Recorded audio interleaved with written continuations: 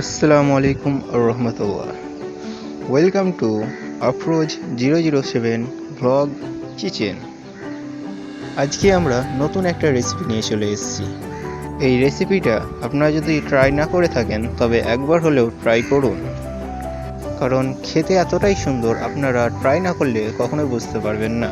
So একবার try করুন। চলুন স্টার্ট করি। প্রথমে আমরা পেঁয়াজ, টমেটো, বিন, গাজর, ধনেপাতা, লঙ্কা এবং কফি নিয়ে নিলাম এবং গরম জলে কিছুটা পরিমাণ সোয়াবিন দিয়ে দিলাম এবং সোয়াবিন হয়ে যাওয়ার পরে সেটা পিস পিস করে কেটে নিলাম। গরম জলে আমরা ম্যাগি দিয়ে দিলাম এবং কিছুক্ষণ হয়ে যাওয়ার পরে সেটাকে আমরা তুলে নিলাম।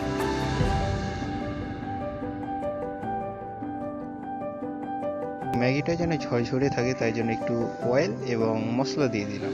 এটাকে ভালোভাবে মিশিয়ে নিলাম। এরপরে কড়াইয়ে পেঁয়াজ দিয়ে দিলাম আর সামান্য পরিমাণ অয়েল দিয়ে দিলাম। কিছুটা ভাজার পরে যেসব আমাদের সবজিগুলো ছিল সেগুলো পুরোটা দিয়ে দিলাম এবং স্বাদমতো লবণ এবং মশলা দিয়ে দিলাম। কিছুক্ষণ অপেক্ষা করলাম। সবজিটা ঠিকমতো হয়ে উঠলে ওর উপরে একটা ডিম দিয়ে দিলাম এবং ভালোভাবে নেড়েচেড়ে মিক্স করে নিলাম।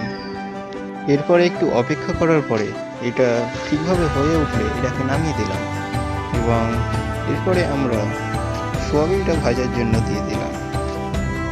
স্বাদমতো লবণ, মশলা এবং হলুদ দিয়ে দিলাম। এর উপরে দুটো ডিম দিয়ে দিলাম।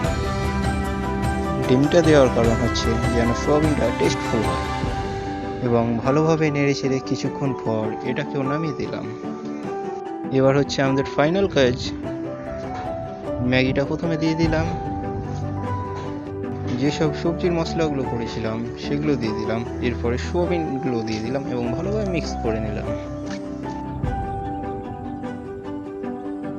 ভালোভাবে মিক্স করা হয়ে গেলে আমাদের ফাইনাল কাজ হয়ে গেল এবং এর উপরে দুটো ধনেপাতা দিয়ে আমাদের ফাইনাল কাজ শেষ করলাম এবং আমরা আমাদের বাসনের মধ্যে ঢেলে নিলাম।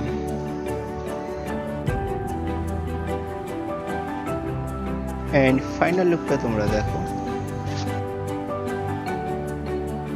দেখতে যতটা সুন্দর খেতেও ততটাই সুন্দর।